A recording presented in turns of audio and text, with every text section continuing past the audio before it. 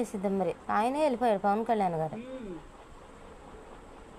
ఎన్నాళ్ళు బట్టి జరుగుతుంది అని పొయ్యి వాళ్ళకి మంచి చేశాడు. ఇప్పుడు ప్రతి ఒక్కళ్ళు ఫోన్ మాడతారు. కనీసం చెత్త కాగితాలు ఎత్తేవాడు కూడా ఫోన్ ఆడతాడు.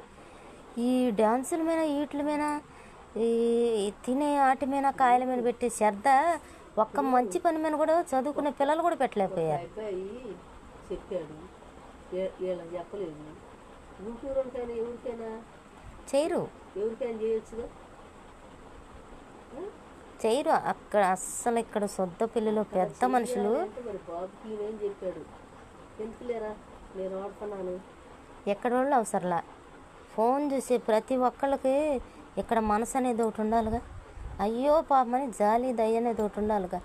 చెత్త వీడియోలు మీద పెట్టే ఇది కష్టంతో పెట్టుకుందేమో అది అర్థం చేసుకోలేకపోతున్నారు. భారతదేశానికి వచ్చిన దౌర్భాగ్యం.